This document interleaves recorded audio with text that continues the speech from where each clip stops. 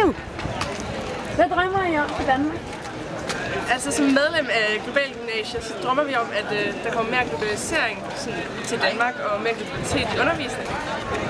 Og ja, bare et mere globalt synspunkt, så vi får se nogle af verdens problemstillinger og sådan kommer rundt omkring og finder ud af, hvad der sker i verden. Hvad med dig?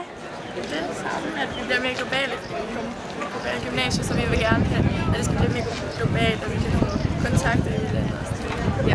Hvad drømmer jeg om, at politikerne skal gøre for, at det her kommer til at ske? Altså først og fremmest, så skal vi bare have øjnene op for os, at vi faktisk er her. At det er det her, vi gerne vil. Vi skal finde ud af, at vi eksisterer først.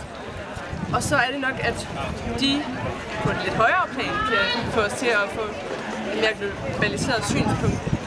Jeg ved ikke, hvad det lige præcis skulle være, men det er, at der måske er nogen af dem, der ved, hvad vi er, hvad vi står for, og der er nogen, der gør noget for det, så